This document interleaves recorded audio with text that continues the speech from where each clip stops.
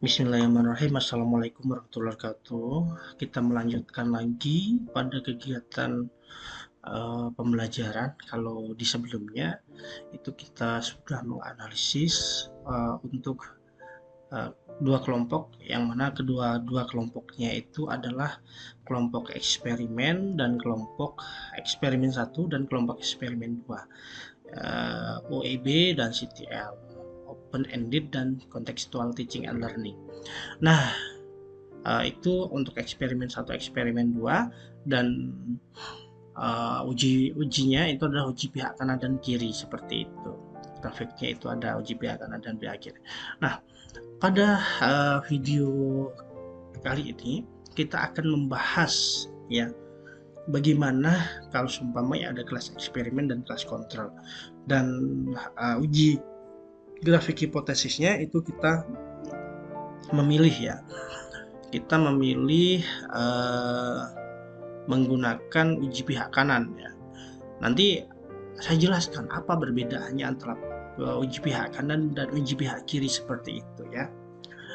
Nah, baiklah, di sini kasuistiknya kita akan membahas atau breakdown ya. Ini misalkan kelompok C itu ada skor motivasi siswa atau peserta didik yang belajar dengan model pembelajaran kooperatif tipe Think, Peer, Share ya.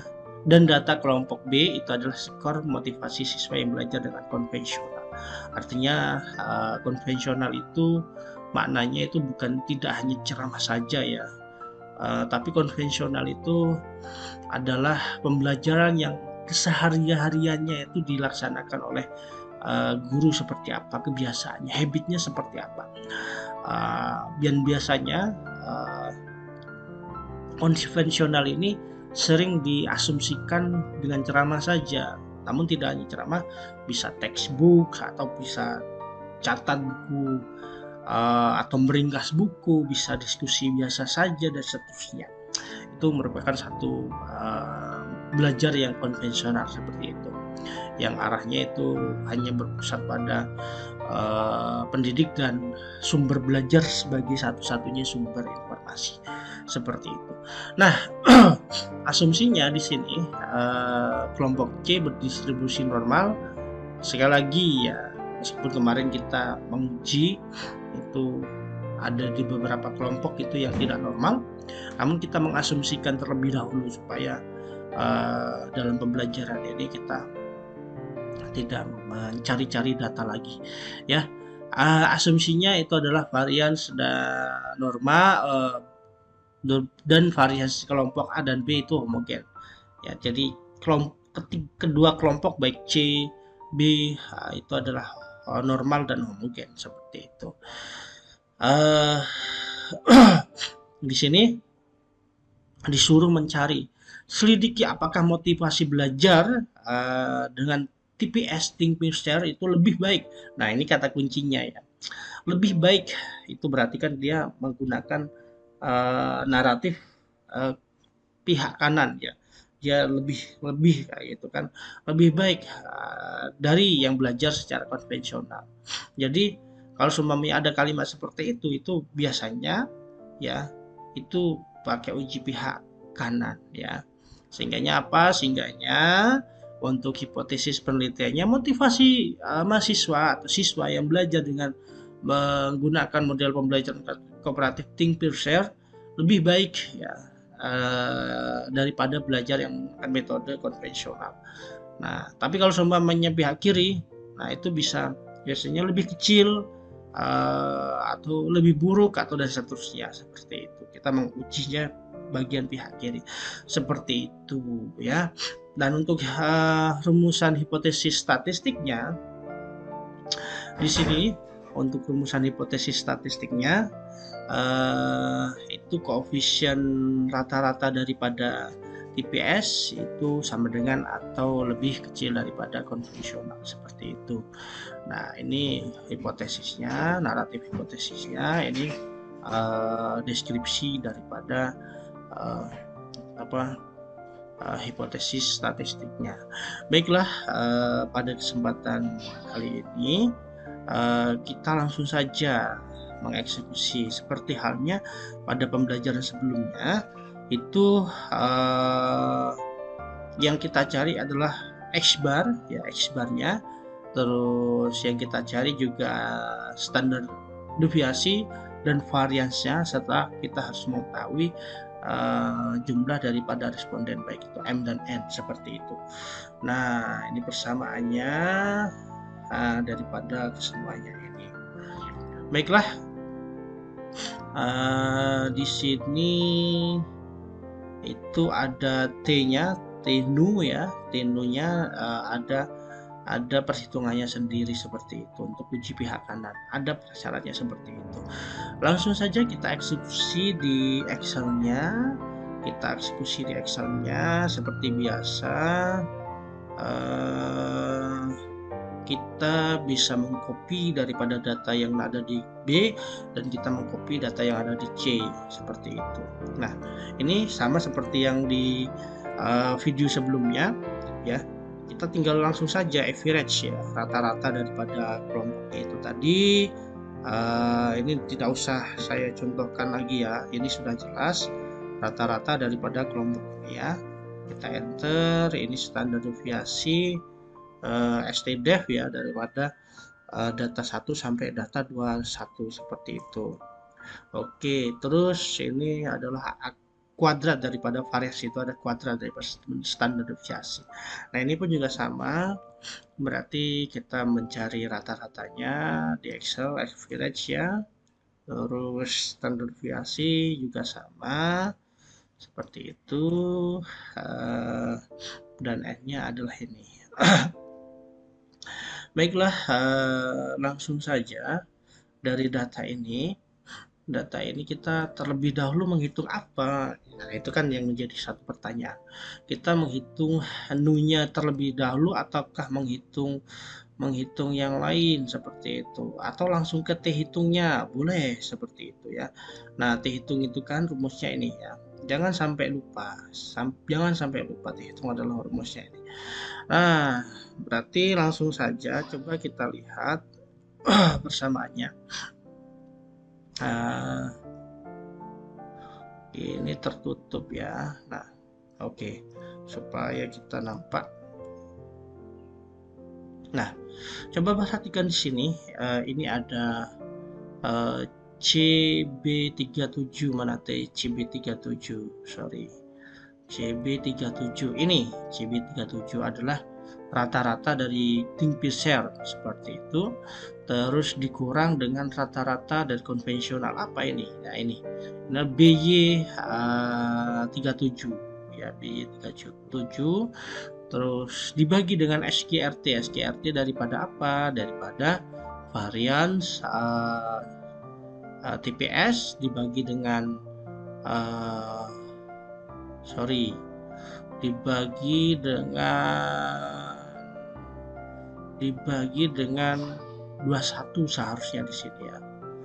21 apa? Oke, ini 21. Nah, oke. Berarti di sini varians ini dibagi dengan 22. Seperti itu ya. Ini akan adalah jumlah daripada responden yang ada di TPS seperti itu. Terus varians daripada konvensional dibagi dengan M-nya adalah 21 seperti itu. Nah, kita tinggal enter saja. Nah, kita dapatkan ini. Nah, setelah itu kita baru mencari nu ya, mencari nu-nya seperti itu ya, mencari nu-nya. Oke, cara mencari nu-nya seperti apa? Nu itu pengganti sebagai degree of freedom-nya. Seperti itu. Caranya seperti apa? Cukup panjang caranya ya. Nah, caranya adalah ini.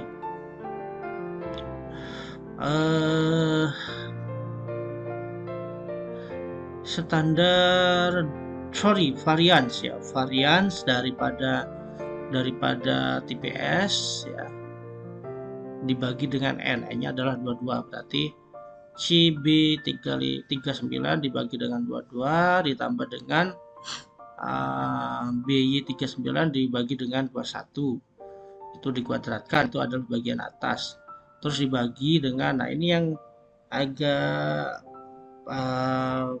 lumayan rigid ya. Sekali lagi, ini kan perhitungan independen, ini perhitungan independen. Sehingganya nanti teman-teman mahasiswa harus merujuk ke sini. Ini berarti bagian ini adalah perhitungan independen seperti itu. Ini juga perhitungan independen seperti itu. Nah, oke, nanti bahan ajarnya ini saya akan bagikan di link deskripsi YouTube ya, sehingga nanti teman-teman mahasiswa bisa teman-teman yang ingin belajar bisa mengeksplor lebih mendalam seperti itu gitu ya. Nah ini pokoknya teknisnya seperti itu. Oke, bisa dicari secara manual di kertas ataupun apa, tapi lebih enak di Excel ya. Oke, nah kita enter semuanya sehingga kita dapatkan 41 seperti itu. Nah, degree of freedomnya atau derajat kebebasan kalau di dalam bahasa Indonesia ya, seperti itu ya. Nah, baru kita mencari T tabelnya. T tabelnya itu tadi kan alfa bagi titik koma daripada ini. Alfanya itu di sini kita pakai 0, alfanya pakai 0,5 ya di bidang soshum ya. Berarti di sini alfa bagi setengah, berarti 0,5 dibagi dengan 2 berarti 0,25 seperti itu. Nah, kita dapatkan ini. Nah, baiklah. T hitung sudah kita dapatkan, T tabel sudah kita dapatkan. T hitungnya adalah 5,2469, sedangkan T tabelnya adalah 2,329 seperti itu. Nah, sehingganya kalau semuanya kita sesuaikan dengan grafik penerimaan dan penolakan H0 ya di grafiknya, coba kita dekatkan. Nah, berarti di sini T hitungnya itu adalah batas yang ada di sini. Berapa? 2,329 ada di sini. Nah, sedangkan nilai T hitungnya itu ada di bagian yang merah, daerah kritis ini. Nah, sehingganya apa? Sehingganya kita bisa menyimpulkan atau membuat sebuah interpretasi bahwasanya T hitung itu berada di daerah kritis ya, di daerah penolakan H0 ya, daerah penolakan H0. Sehingganya apa? Sehingga itu menjadi satu indikasi bahwasanya HA diterima. Seperti itu. Mungkin kegiatan nanti teman-teman mahasiswa bisa membreakdown daripada data itu, data yang saya akan bagikan di link YouTube ini, sehingganya nanti teman-teman semuanya bisa belajar secara mandiri, autodidak ya, seperti itu. Baiklah, semoga video yang saya buat ini menjadi video yang bermanfaat untuk teman-teman semua belajar terkait dengan statistik pendidikan. Contohnya implementatif sekali seperti itu, sehingga saya berharap ini memberikan gambaran, oh seperti ini ya datanya, otentik sekali seperti itu. Oke, baiklah, dari saya akhiri. Assalamualaikum warahmatullahi wabarakatuh.